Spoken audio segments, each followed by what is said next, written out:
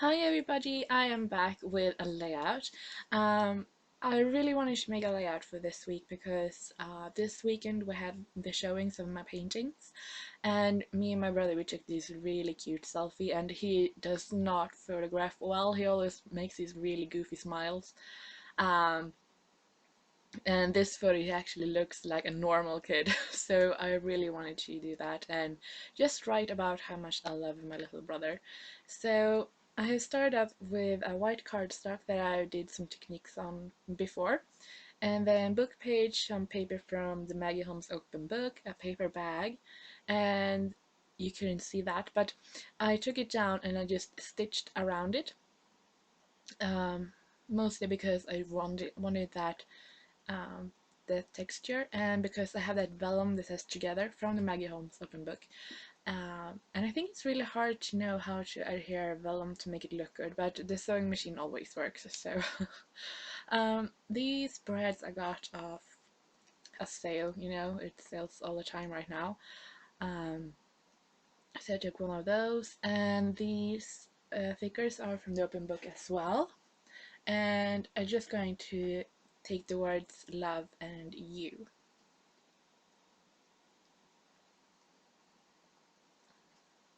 And I think we sort of forget to scrapbook about our siblings. I really love my little brother. He is the best in the whole world.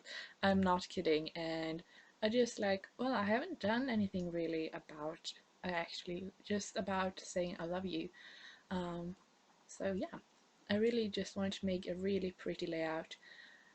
Not a lot of journaling actually, but just, hey, I love you. So yeah. That wood grain paper is from the open book collection, and I think I'm just going to take a moment here and speak about the Maggie Holmes collection because I do it in every video. I think it's one of the most brilliant collections in a very long time, and I'm not kidding when I say it because there are not very many papers that are very themey in that collection. There are so many papers you can use for whatever, and it's so eclectic, and the basic patterns are there in the basic colors, and I think it's just brilliant. So yep, now I've done my rambling about that collection for this video. Stay tuned for the next one. I have this tea my sister bought. It's vanilla and like caramel, and it's really good, and you can hear my chair squeaking.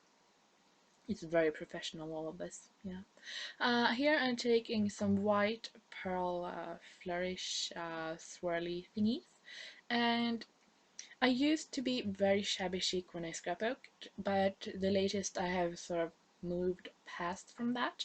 I still use a lot of doilies and all that, but the pearls are from that sort of past. But I think it works so good with this snow background. I think it's perfect.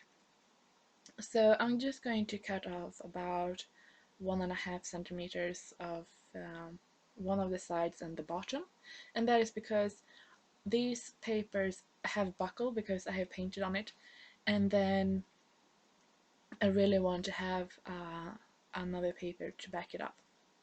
The paper I made, I took some stencil from, oh, what's it called? Shared Angel. They have these sort of it's a pack of 3 snowflakes in different sizes, and I just took them and traced around them. It took a long time.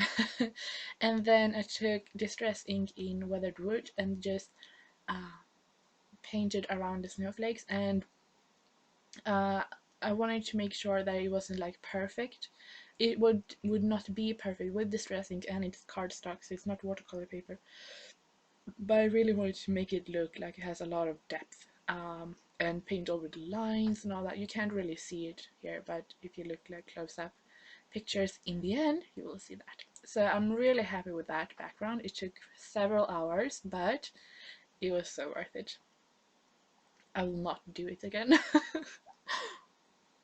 mm. Now, the backing paper, I took this striped white paper, and it has sort of peach orange kind of stripes on it, and I think that it works so good with this blue because I didn't want it to be too cold either, so that I think is just perfect. And in this little box I put all my open book stuff because I don't usually buy like the whole collection, and I didn't do it for this either, but I bought a lot of about the ephemera, the vellum, and the flowers. Um, so I wanted to have it in one place, and that has been such a good place because I use this pretty much every day. Um, and it's actually sort of empty right now. I have, well, in here in the video I have a lot, but when I look at it now, there are like no flowers, no leaves, hardly any vellum. But I think it's a very good, great, that it is a very good collection, and I will keep saying it.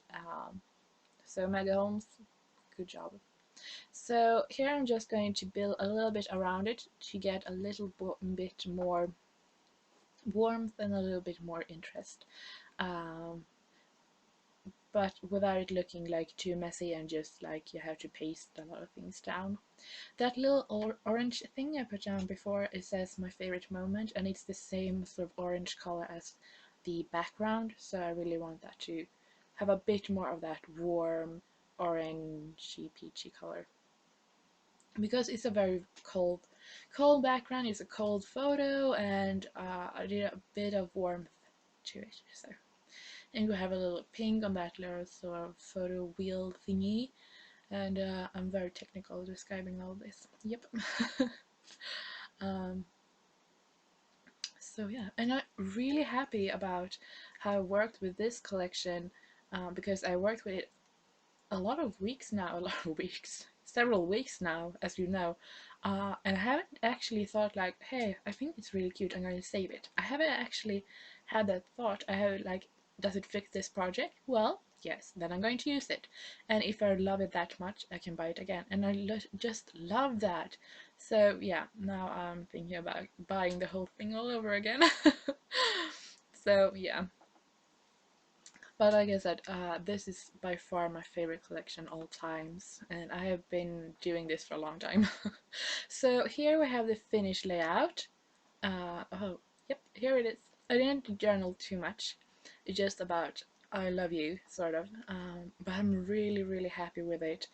And the elements and the feel of it and the background paper, and yeah. And here you can see my favorite moment. So thank you so much, and I hope you have a really great week.